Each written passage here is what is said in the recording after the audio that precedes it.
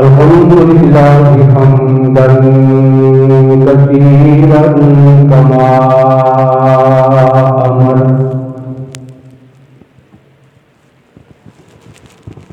ونشهد أن لا إله إلا الله وحده لا شريك له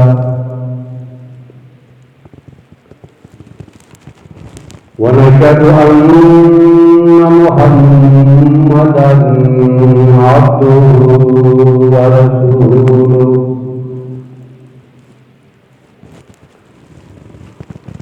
أما بعد فأعوذ بالله من الشيطان الرجيم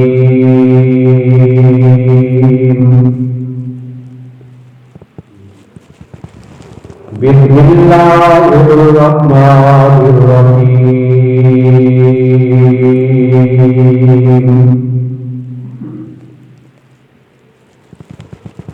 والذي جاء بالصدق وصدق به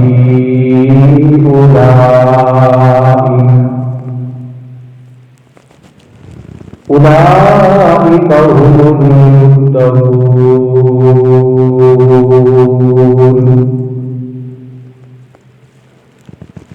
وقال الله تبارك وتعالى في مقام آخر: يا أيها الذين آمنوا من يرتد منكم عن دينه فسوف يأتي الله بقوم يحبهم ويحبونه أذلة على المؤمنين أعزة على الكافرين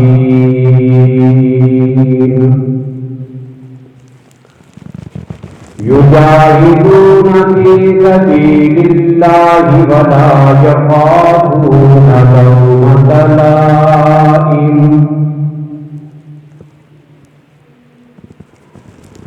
صدق الله مولانا العظيم.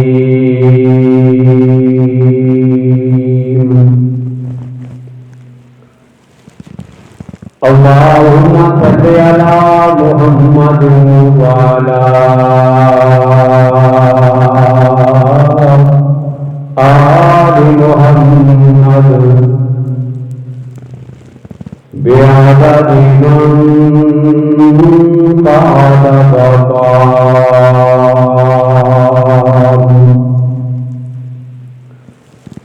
وصل على محمد وعلى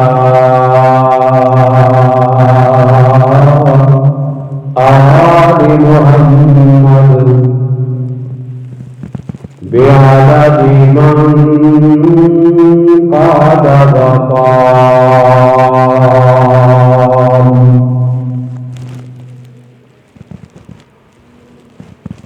قابل احترام بزرگوں، بھائیوں، عزیز دوستوں،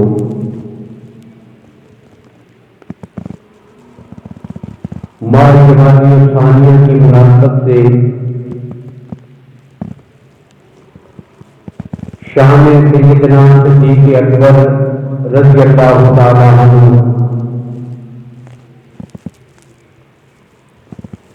اس عنوان پر گزشتہ جمعہ سے آپ گفتگو سماعت فرما رہے ہیں۔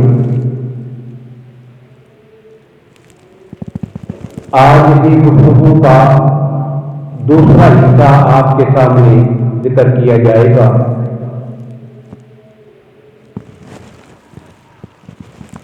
میں نے یہ بات عرض کی تھی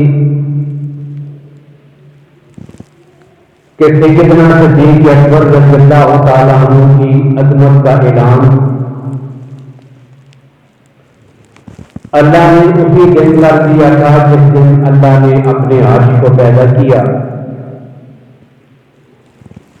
اور عرش پر اپنی توحید آقا کائنات صلی اللہ علیہ وسلم کی رسالت ان دونوں کے ساتھ سیدنا صدیق اکبر کی فضیلت بھی رقم کروا دی تھی۔ اللہ نے آپ کی عظمت کا اعلان اسی دن کر دیا تھا کہ جب میدان عرفات میں روز ازل میں اللہ نے اپنے نبی صلی اللہ علیہ وسلم کے ساتھ میدان میں صدیق اکبر کو کھڑا کیا تھا۔ اللہ نے ان کی عظمت کا آغاز اسی دن سے کر دیا تھا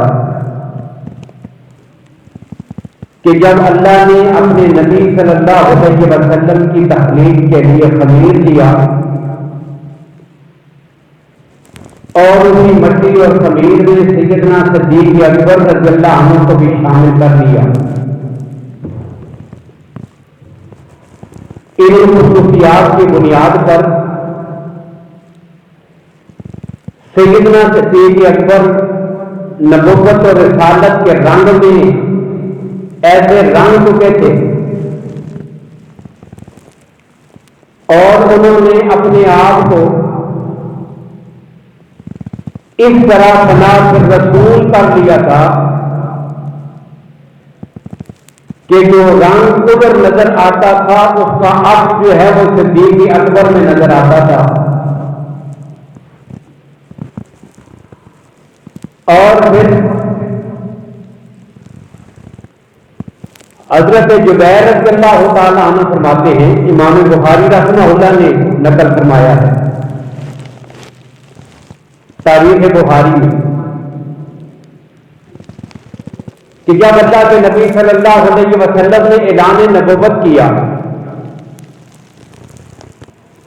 انہیں دنوں میں تجارت کے لیے ملک شام چلا گیا۔ اب وہاں پہنچا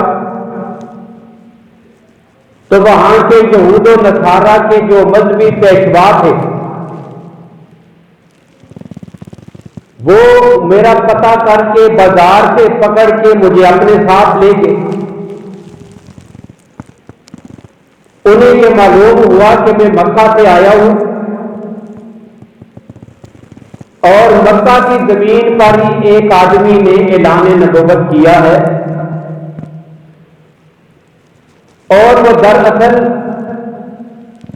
نبی اکرم صلی اللہ علیہ وسلم کے حالات معلوم کرنا چاہتے تھے۔ ایک نئی خبر جو مکہ سے پوری دنیا میں پھیل رہی تھی اسے معلوم کرنے کے لیے مجھے پکڑ کے لے گئے۔ نبی اکرم صلی اللہ علیہ وسلم کے حالات کے متعلق گفتگو ہوئی، یہ کون ہے، کہ خاندان سے تعلق رکھتا ہے، کیا کہتا ہے، اور پھر کہتے ہیں کہ مجھے ایک اپنے عبادت خانے میں لے گئے گرجے میں۔ وہاں میں نے دیکھا کہ بہت ساری تصویریں لگی ہوئی۔ اب کہنے لگے پہچانو، مکہ میں جس آدمی نے اعلان نبوت کیا ہے ان میں سے کون سی تصویر اس کی ہے؟ اب میرے ساری تصویروں پہ نظر دوڑائی، مجھے آقا کائنات جیسی تصویر کوئی نظر نہیں آئی۔ میں نے کہا ان میں سے وہ آدمی نہیں ہے۔ مجھے وہاں سے تو دوسرے ایک عبادت خانے میں لے گی جو سے بھی بڑا۔ اب وہاں پر بھی کچھ تصویریں لگی تھی۔ مجھے کہا کہ ان میں سے پہچانو کون ہے، تو کہتے ہیں کہ نظر دوڑاتے دوڑاتے اچانک میری نظر پڑی کہ ایک تصویر آقا کائنات نبی اکرم صلی اللہ علیہ وسلم کی رکھی ہوئی ہے۔ اب میں نے کہا کہ یہ ہے وہ آدمی مکہ میں حضرت عبداللہ کے گھر میں پیدا ہوا، اس نے اعلان نبوت کیا ہے۔ اور کہتے ہیں کہ اس تصویر میں یہ منظر تھا کہ اللہ کے نبی تو تشریف فرما تھے اور ایک آدمی رسول اللہ کے قدموں میں بیٹھا ہوا تھا۔ اب میں نے دیکھا، انہوں نے خود اس کی وضاحت کی۔ انہوں نے کہا یہ جو آدمی بیٹھا ہوا ہے یہ وہ ہے کہ سب سے آخری نبی ہوگا، اور اس کے قدموں میں بیٹھا ہوا جو آدمی ہے یہ اس کا پہلا خلیفہ ابو بکر صدیق ہے۔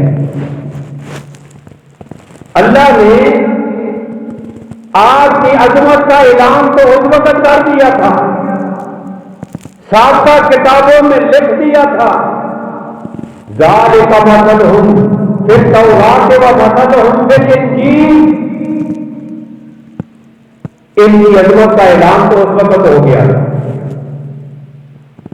اور ان کی عظمت کا اعلان تو رب نے اس دن کر دیا تھا جس دن صدیق اکبر کی ولادت ہوئی۔ اب ولادت سے بڑا عجیب واقعہ پیش آیا۔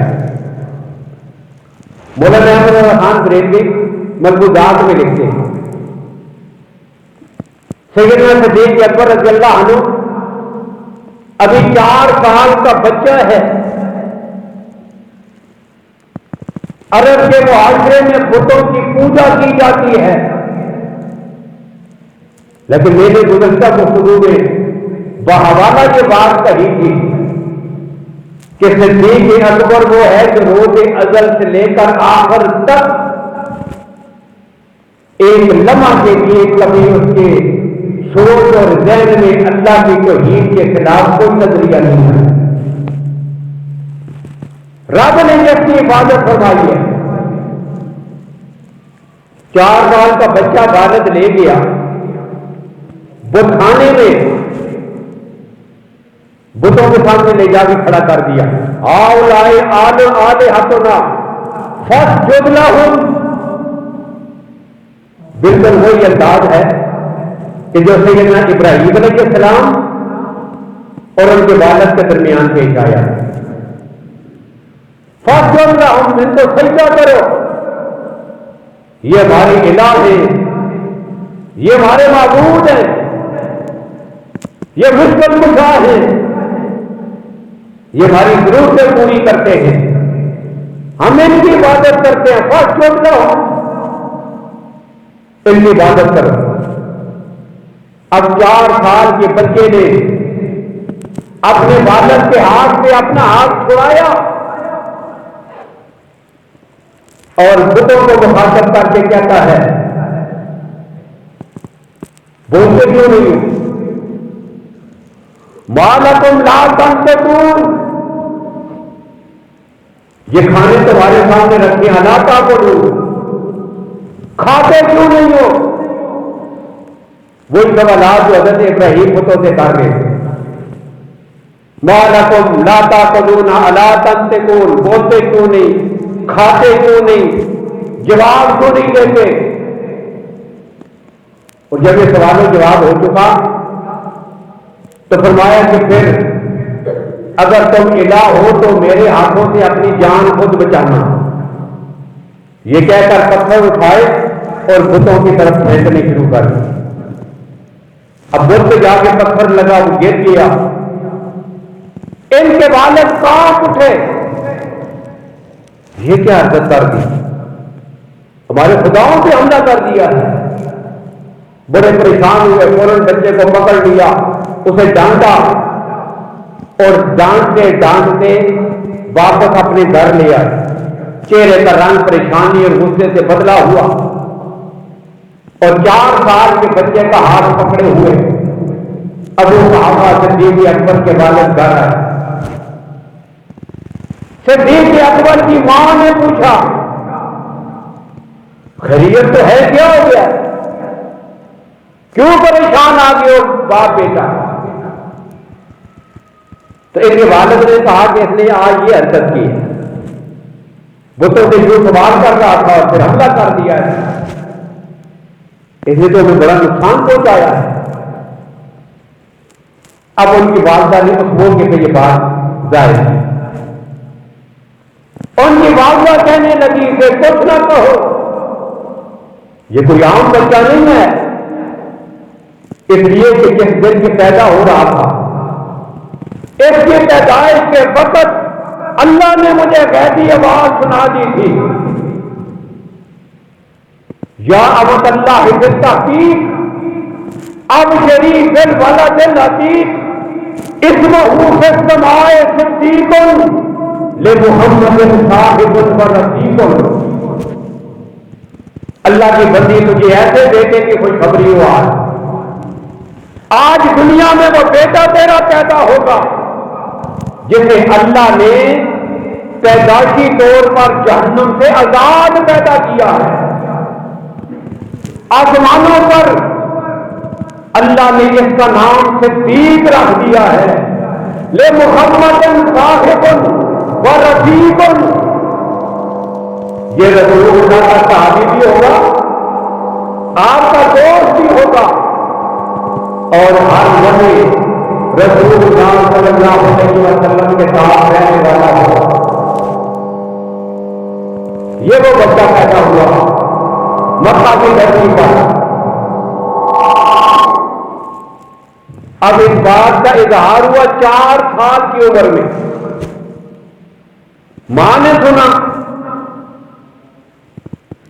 4 سال کے بعد جب یہ واقعہ ہوا تو باپ نے بھی سن لیا۔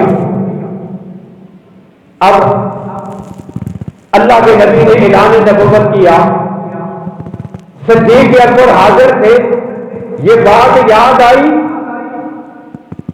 اپنا یہ پورا واقعہ اللہ کے نبی کو خود سنا دیا۔ یا رسول اللہ، میں 4 سال کا تھا، میں نے یہ کام کیا تھا،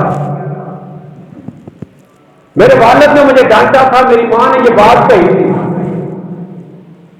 یہ پورا واقعہ سنا دیا۔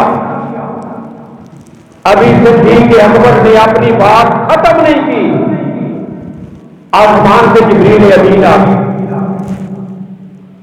اللہ کیسے تصدیق کر رہا ہے ان باتوں کو؟ صدیق اکبر سنا کے چپ ہو جاتے، گواہ تو کون اس کی تصدیق کرے؟ صدیق اکبر نے واقعہ سنایا، جبریل امین آگے، یا رسول اللہ قد صدق ابو بکر وہو صدیق۔ ابو بکر نے جو قصہ سنایا یہ سارے کا سارا سچا ہے، اس لیے کہ ابو بکر ہے ہی صدیق اکبر۔ اللہ نے یوں تصدیق کر کے فرشتے کو بھیجا۔ یہ کوئی عام شخصیت نہیں ہے سیدنا صدیق اکبر رضی اللہ عنہ،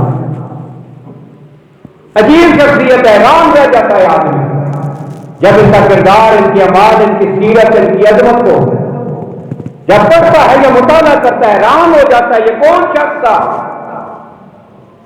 کہ جو نبوت کے رنگ میں اتنا رنگا جا چکا تھا کہ اللہ نے اسے ذات نبوت کا عکس کامل بنا دیا۔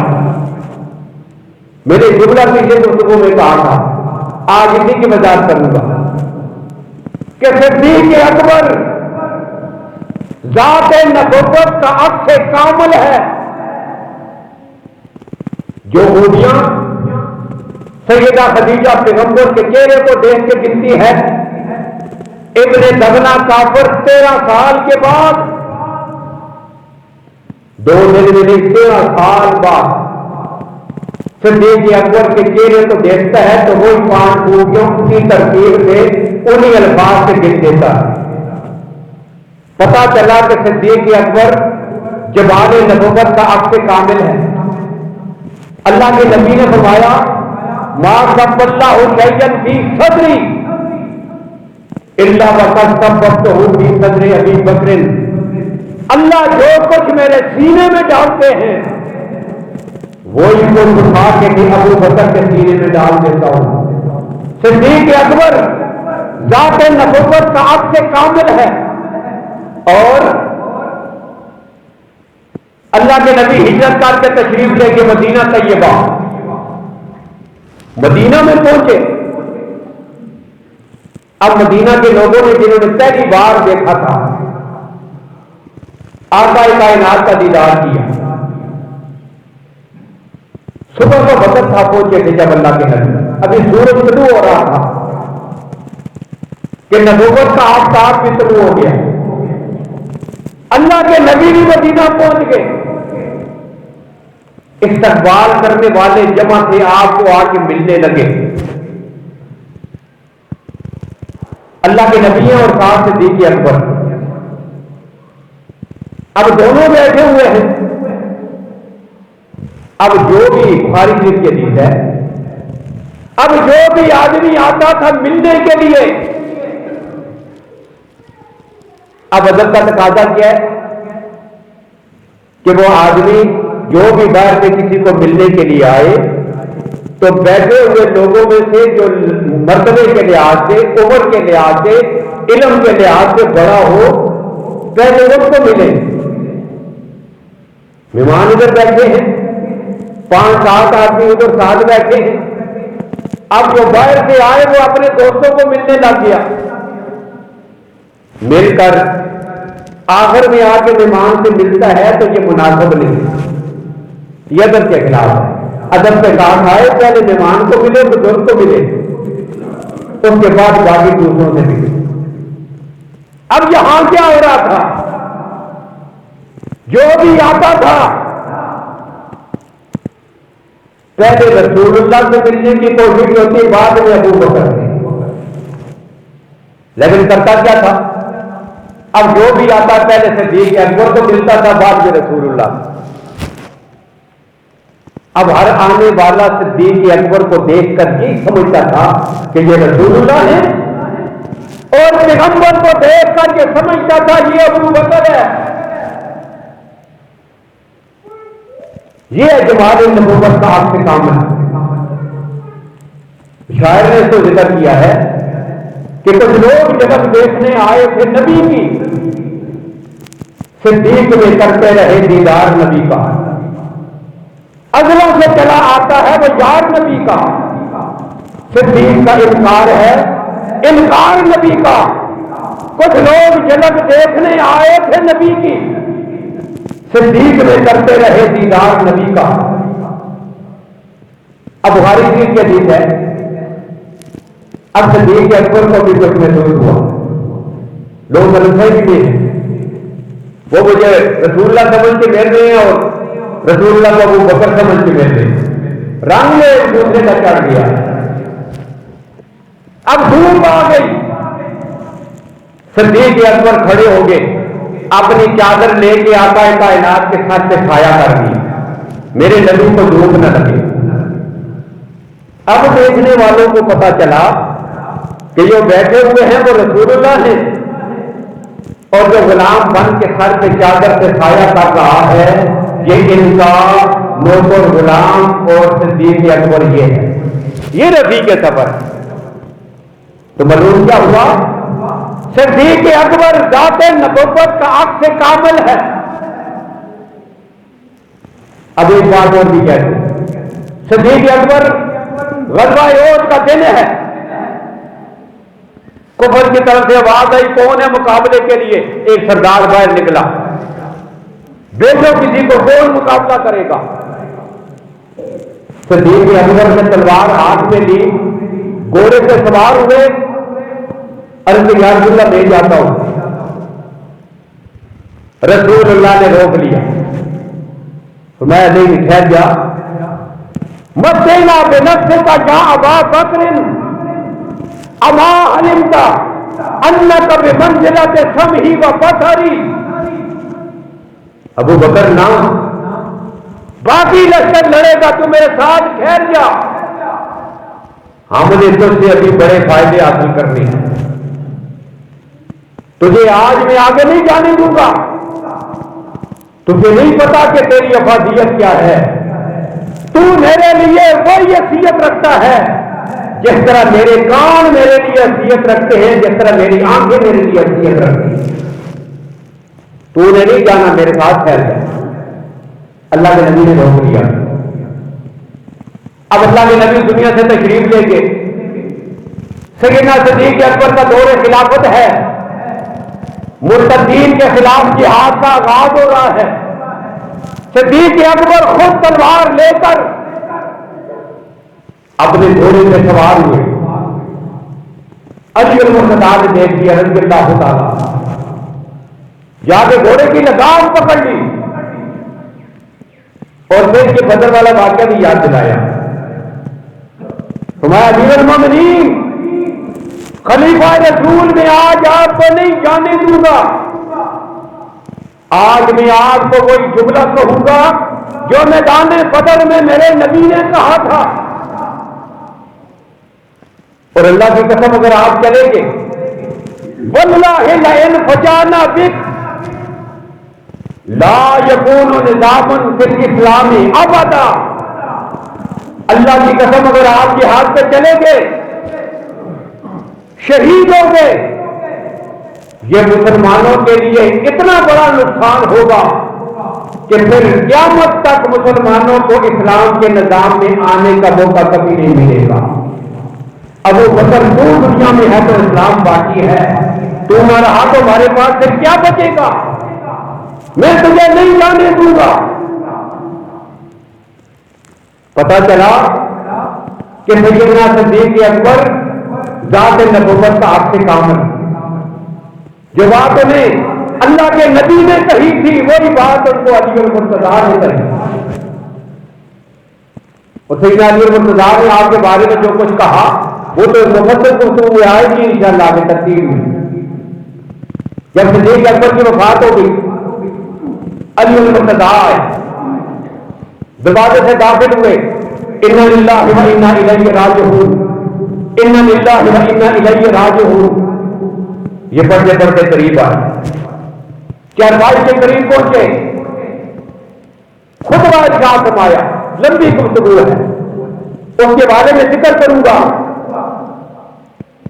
لیکن ایک جملہ اس موقع پہ اور بھی کہا تھا، بخاری شریف میں ہے، سیدنا علی المرتضیٰ نے فرمایا تھا وَأَشْبَعُهُمْ بِرَسُولِ اللَّهِ صلی اللہ علیہ وسلم صَمْتًا وَهَدْيًا وَخَلْقًا، ابو بکر جو میرے نبی کا مکمل رنگ رکھتا تھا، جس کا چلنا، جس کا بولنا، جس کی گفتگو، جس کا اعمال، جس کی اعمال، جس کا کردار بالکل میرے نبی جیسا تھا، دنیا میں موجود تھا، تو یہ اللہ نے جو مشابہت دی ہے وہ کائنات میں اللہ نے کسی اور کو عطا نہیں کی ہے، تو ذات نبوت کا آپ سے کامل ہے۔ اور پھر ایک مثال اور ذکر کروں، صلح حدیبیہ کا معاہدہ لکھا جا رہا ہے، بڑی دلچسپ صورتحال بن گئی کہ جب ایک آدمی آیا سہیل بن عمر، وہ آیا کافر تھا، معاہدے میں گفتگو ہو رہی تھی رسول اللہ کے ساتھ، معاہدہ لکھا جا چکا تھا، دستخط ہونے باقی تھے، اس نے آگے پہلا اعتراض اٹھا دیا مسلمانوں کے سامنے، کہتا ہے میں محمد رسول اللہ نہیں مانتا، آپ نے جو معاہدہ لکھا ہوا ہے کہ محمد رسول اللہ، کہ یہ معاہدہ محمد رسول اللہ کی طرف سے ہے، تو یہ میں محمد رسول اللہ تمہیں مانتا ہی نہیں، اس کو کاٹو۔ اب یہ گستاخی تھی۔ اب صحابہ کرام کو اسی بات پہ غصہ آیا، کیوں کاٹے؟ اللہ کے نبی نے علی سے فرمایا کاٹ دیجئے، فرمایا لا انہوک ابدا، اللہ کی قسم علی کبھی نہیں کاٹے، نہیں کاٹے، مجھ سے کب ہو سکتا ہے آپ کا نام کاٹوں؟ سب صحابہ نے انکار کر دیا، اللہ کے نبی نے خود کاٹا، چلو تبدیل کر دیتے ہیں، میں محمد ابن عبداللہ لکھ دیں، اب وہ بھی ہو گیا، اب غصہ تو پہلے ہی آیا وہ صحابہ کرام کو، اب دستخط ہونے باقی تھے، ایک آدمی آ گیا بیپل میں، بڑی عجیب کیفیت تھی اس آدمی، پورے جسم سے خون بہ رہا ہے، چہرے پر زخموں کے نشان اور تشدد ہے، ہاتھوں میں زنجیریں پہنی ہوئی، پاؤں میں زنجیروں سے بندھا ہوا، ان زنجیروں کو گھسیٹتا گھسیٹتا خون ٹپکتا ٹپکتا وہ پیغمبر کے سامنے آ کے کھڑا ہو، کون ہے؟ سیدنا ابو جندل رضی اللہ تعالیٰ، یا رسول اللہ کو باہر سے بات کے مکہ سے آ گیا ہوں، بڑا تشدد ہوا، بڑا مارا، یہ میری حالت آپ کے سامنے ہے، اور زنجیروں سمیت بات کر اتنے دلوں کا بھوکا پیاسا آپ کے پاس پہنچ آئے ہیں، مجھے پناہ دیجیے۔ اب جس کے ساتھ معاہدہ لکھا جا رہا تھا نا، یہ ابو جندل اس کا بیٹا تھا، اب اس نے کہا کہ جی آپ نے معاہدے میں لکھ دیا ہے جو آدمی مکہ کے بعد کے مدینہ آئے گا، آپ اس بات کے پابند ہیں کہ پکڑ کے ہمارے حوالے کریں، پہلے میرے بیٹے کو پکڑ کے میرے حوالے کرو۔ اب وہ چیختا ہے، وہ روتا ہے، اس کے جسم سے خون بہتا ہے، کیا عجیب صورتحال ہے۔ وہ کہتا ہے مجھے خدا کے لیے مجھے ان کے حوالے نہ کرے، میرا کیا حال کیا انہوں نے۔ اب وہ کہتا ہے نہیں ہمارے حوالے کرو۔ اللہ کے نبی صلی اللہ علیہ وسلم نے فرمایا ابو جندل چلا جا اپنے باپ کے ساتھ، میں نے معاہدہ لکھ دیا ہے، میں سچا نبی ہوں، انصاف لے کے آیا ہوں، میں معاہدے کی پاسداری کروں گا، فصبر، صبر کروں، اللہ کے دین راستہ نکالیں گے۔ اب پکڑ کے باپ کے بارے کر، اب کیا یہ صورتحال بنی ہوئی جذبات میں، صحابہ کرام پریشان ہیں، رو رہے ہیں۔ فاروق اعظم کھڑے ہوئے، اللہ کے نبی ادھر تشریف فرما تھے، ابو بکر صدیق دوسرے کونے میں دور بیٹھے۔ اب پہلے حضرت عمر رسول اللہ سے جا کے گفتگو کرتے، سوال و جواب ہوتا ہے، توجہ کرنا۔ اللہ کے نبی کے سامنے جا کے بیٹھ گئے، عرض کیا یا رسول اللہ، کیا آپ اللہ کے سچے نبی اور رسول نہیں ہیں؟ یہ پہلا سوال۔ اللہ کے نبی نے فرمایا ہاں میں اللہ کا سچا نبی اور رسول ہوں۔ دوسرا سوال کیا کیا ہمارا دین سچا اور کفر کا دین باطل اور جھوٹا نہیں ہے؟ اللہ کے نبی نے فرمایا بالکل یہ بات ہے، ہم سچے دین کے پیروکار ہیں اور مشرک جو ہے وہ جھوٹے اور باطل دین کے پیروکار ہیں۔ دو سوال جواب ہو گئے۔ تیسرا سوال، یا رسول اللہ کیا یہ کافر مرنے کے بعد جہنم کے مستحق نہیں ہیں؟ ہم اپنے آدمی کو ان کے سپورٹ کیوں کریں؟ اب اللہ کے نبی صلی اللہ علیہ وسلم نے ایک جواب ارشاد فرمایا، بخاری شریف میں موجود ہے۔ اللہ کے نبی صلی اللہ علیہ وسلم نے جو جواب ارشاد فرمایا، تین جملے تھے۔ فرمایا عمر آرام سے بیٹھ جاؤ، غصہ تھوکو، پریشان نہ ہو، حوصلہ رکھ، انی رسول اللہ ہے، میں اللہ کا رسول ہوں۔ یہ پہلا جواب، پہلی بات۔ اور دوسری بات یہ تھی کہ لئی کا جو سی ہے، میں اپنے رب کے حکم کے خلاف نہیں کر سکتا، جو کچھ کر رہا ہوں میں نبی ہوں، میں رسول ہوں، اللہ نے مجھے بتایا ہے تو تاکہ یہ فیصلے کر رہا ہوں نا، لیکن پریشان نہ ہو، حوصلہ کر۔ اور تیسری بات اللہ کے نبی نے فرمایا وہ ہوگا ناصری، اللہ ضرور میری مدد کرے گا۔ اب رسول اللہ کا جواب آپ نے سنا، میں اللہ کا رسول ہوں، میں اللہ کے حکم کے خلاف نہیں کر سکتا، اللہ ضرور میری مدد کرے گا۔ اب حضرت عمر نے پھر سوال کر دیا، اللہ کے نبی آپ نے یہ نہیں کہا تھا کہ ہم کعبۃ اللہ میں داخل ہوں گے؟ یہاں سے پھر کیوں لوٹ کے جائیں، باہر جائیں گے، آگے جائیں گے، داخل ہوں گے؟ آپ نے کہا تھا داخل ہوں گے۔ اللہ کے نبی نے فرمایا اکبر ہوگا الناسی الہام، کیا میں نے یہ کہا تھا کہ اسی سال داخل ہوں گے؟ تو تمہیں کہا نہیں، سال کا تعین تو آپ نے نہیں کیا تھا، کون سے سال؟ تو اللہ کے نبی نے فرمایا وہ سال آئے گا پھر تم ضرور داخل ہوگی۔ وجہ گفتگو ہوئی، حضرت عمر اٹھے، اب سیدھے چلے گئے صدیق اکبر کے پاس۔ اب وہاں پر بھی یہی سوال، پہلا سوال کیا محمد رسول اللہ کے نبی اور رسول نہیں ہے؟ انہوں نے کہا کہ بالکل ہے۔ کیا ہم حق پر اور ہمارا مخالف باطل پر نہیں؟ فرمایا بالکل یہی بات ہے۔ اب جب وہ تیسرا سوال ہوا پھر ہم یہ ڈر کر اتنا فیصلہ کیوں کریں؟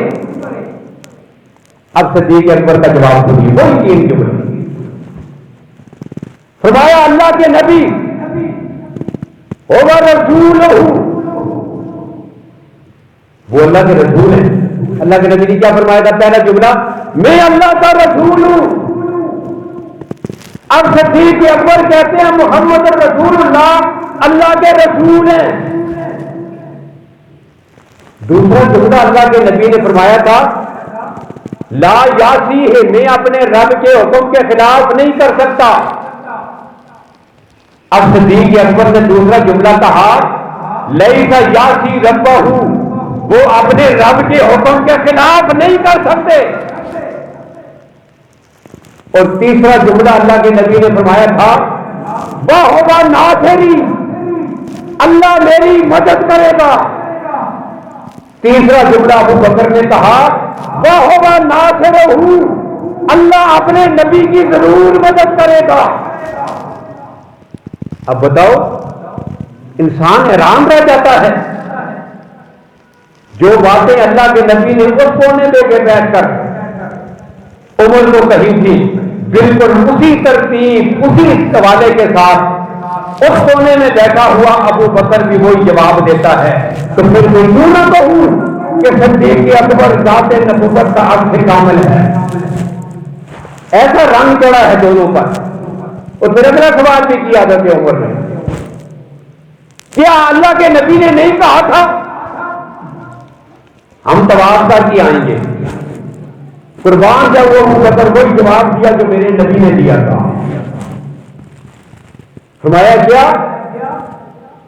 اللہ کے نبی نے یہ کہا تھا کہ ایک سال آج کریں گے۔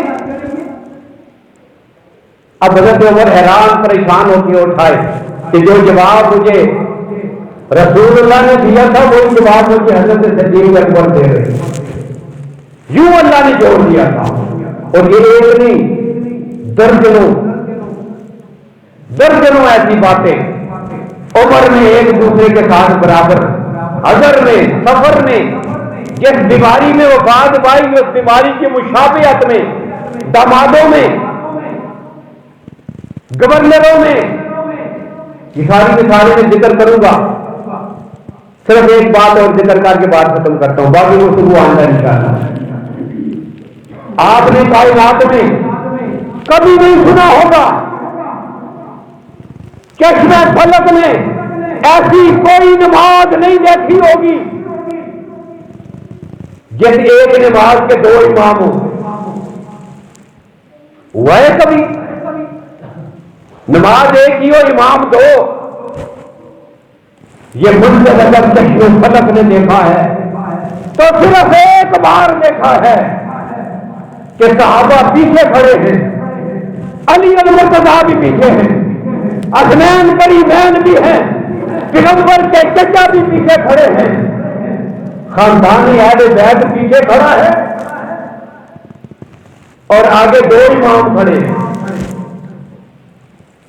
رسول اللہ بیمار تھے، آپ کی بیماری کی حالت میں 17 نمازیں صدیق اکبر نے پڑھائی آپ کے مسلے پہ کھڑے ہو کر، اور اللہ کے نبی نے جبرن سختی کے ساتھ یہ حکم دیا۔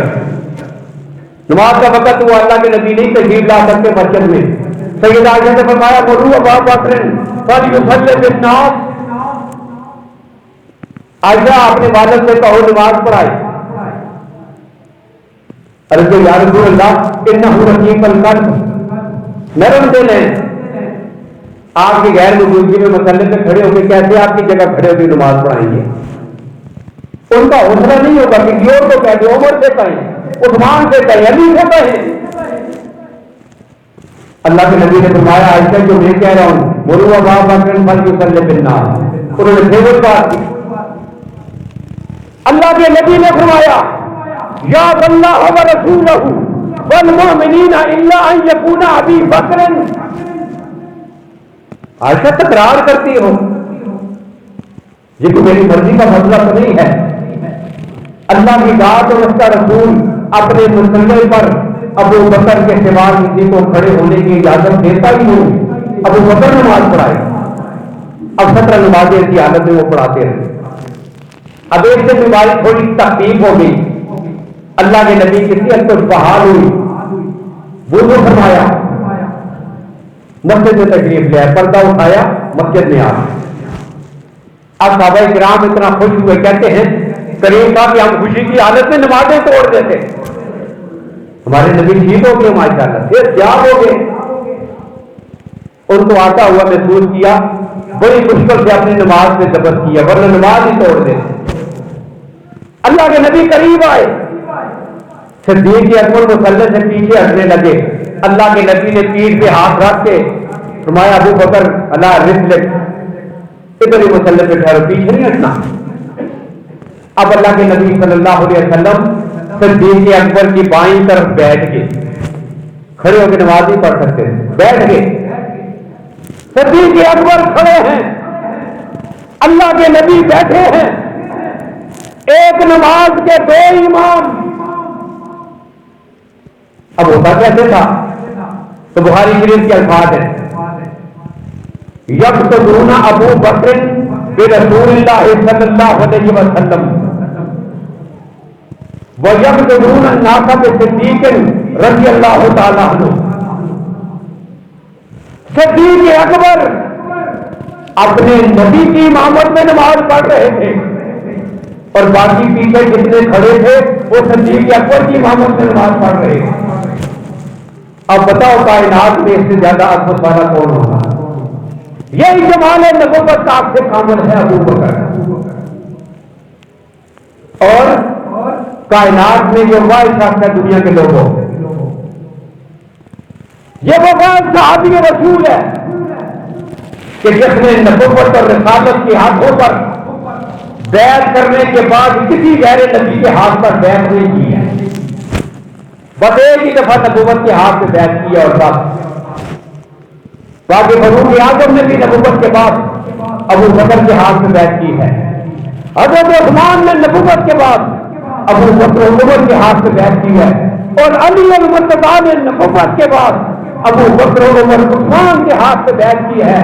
صرف کائنات میں تنہا وہ ابو بکر ہے کہ جب نبوت کے ہاتھ سے بیعت کی تو اس کے بعد کسی کے ہاتھ پر بیعت نہیں کی ہے۔